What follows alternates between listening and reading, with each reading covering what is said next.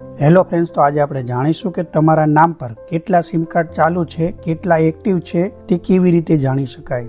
કારણ કે આજકાલ આપણા ડોક્યુમેન્ટ પર ઘણા બધા સિમ કાર્ડ લઈ લે છે અને ફ્રોડ કરી રહ્યા છે, જેનાથી આગળ આપણને નુકસાન થઈ શકે છે, આપણા પર પોલીસ કેસ થઈ શકે છે. તો આ કેવી રીતે જાણી શકાય કે આપણા નામ પર કેટલા સિમ કાર્ડ છે, ચાલો જોઈ લઈએ.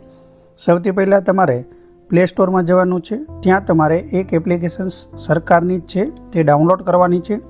નીચે સર્ચનો ઓપ્શન છે, તેના પર ક્લિક કરો. ઉપર સંચાર સાથી એપ ડાઉનલોડ કરવાની છે. પહેલાં તમારે સર્ચ કરી લેવાની છે. 4.6 રેટિંગ છે, ગવર્મેન્ટની જ છે, ભારતની જ એપ્લિકેશન છે, તો તમારે અહીંયાથી ઇન્સ્ટોલ કરી લેવાની છે. જેવી ઇન્સ્ટોલ થઈ જાય તમારે તેને ઓપન કરી લેવાની છે. ઓપન કરો. ત્યાર પછી અહીંયા ભારતની બધી જ લેંગ્વેજ લગભગ આવી જાય છે, તો તમારે તમારી લેંગ્વેજ સિલેક્ટ કરી લેવાની. આપણે ગુજરાતી છીએ, ગુજરાતી સિલેક્ટ કરીશું. પ્રોસેસ પર ક્લિક કરી દો.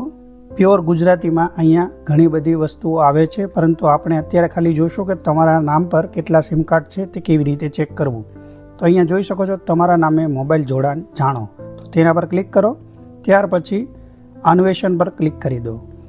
આગળ વધો. અહીંયા અલાવ પરમિશનને અલાવ આપી દેવાની છે. અહીંયા તમારે તમારું પ્રથમ નામ એટલે કે તમારી સરનેમ લખી દેવાની છે. નીચે તમારું પૂરું નામ લખી દેવાનું છે, એટલે કે તમારું નામ. ત્યાર પછી નોંધણી કરો.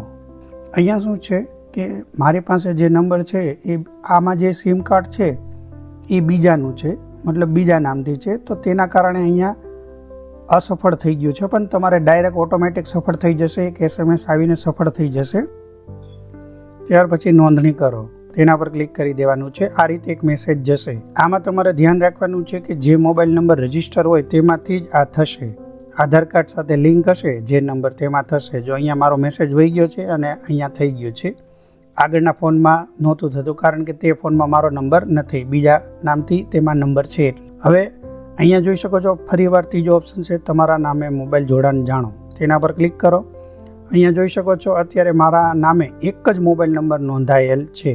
બીજો કોઈ પણ મોબાઈલ નંબર મારા આધાર કાર્ડ સાથે અથવા તો મારા બીજા કોઈ ડોક્યુમેન્ટથી કઢેલો નથી. હવે જો આમાં તમને એકથી વધારે જોવા મળે, એ નંબર તમે નથી વાપરતા, તો તમને અહીંયા ઉપર એક ઓપ્શન જોવા મળશે, તેના પર તમે ક્લિક કરશો એટલે અહીંયા જોઈ શકો છો 3 ઓપ્શન જોવા મળશે. મારો નંબર નથી તે સિલેક્ટ કરવાનું છે. જો તમે ન વાપરતા હોય અને બીજા કોઈએ કાઢી લીધો હોય, એટલે કે ફ્રોડ થવાની શક્યતા હોય અને બીજા કોઈએ કાઢી લીધું હોય, તો તમારે અહીંયા તે સિલેક્ટ કરવાનું છે.